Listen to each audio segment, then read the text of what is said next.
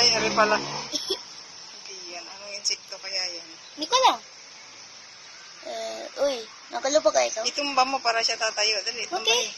Tumbahi para tumayo. Yan. Yan. Hindi ko naman kita eh. Nakakapit yata. Nagsak na yata yung ano niya. Ito, tanggalin ko muna. Tanggalin mo muna bago mo pahigain. Yan, nakakapit. Yan. Hayaan mo siyang tumayo. Hello, wait lang siya lang ay inibistika kung ano, kung safe o hindi. Ay, yun na kay. Labas ka muna nga. Oo, gano'n rin. At ating titingnan ang pagtayo. Tandaan kasi siyang natayo. Nakapit yung ano niya, oh. Oh, ito mo, may galamay siyang maliit. Matigas ba yung ano? Hindi. Hindi ko lang, parang Malambot? Malambot Malambot ang hipo mo? Ha? Malambot? Hindi ko nga alam eh. Uy, yaks!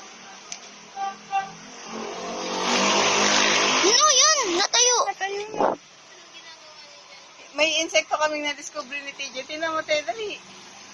Natayo? Oh, natayo. Tingnan mo, ang cute niya. Ngayon na ako nagkita ng ganyan insekto. Tingnan mo, post natin yan sa YouTube. Baka tayo sumikat. Te, kadiscover tayo ng insect. Tingnan mo. Nalakad siya, oh. Look. Saan? Ayun, nakatayo. Aring insekto na are. Parang cone. Ngayon ako nakita niyan. Ito mo nalakad. Hindi na nga lalakad eh. Mamaya lalakad. Eh. Yan, oh. Dandahan, oh. Saan mo nakita? Sige, malingat ang mata. Ako nakita. Doon yung palakad-lakad na lakad-lakad. Liit. Wala akong Sige, magbalita ka. Ano Ayan na. Naglalakad siya. Naglalakad. Naglalakad yan. Naglalakad ba yun? Oo, nakatumba nga yan. Natayo nga siya ng ganyan pag itinutumba mo. Ano yan? Ewan, meron siyang galamay dun eh. Baka uod. Hindi. Parang nga siyang ano, malambot pala. Oh. Yak, ma! Tinutumba nga namin yan eh. Parang nga makatayo.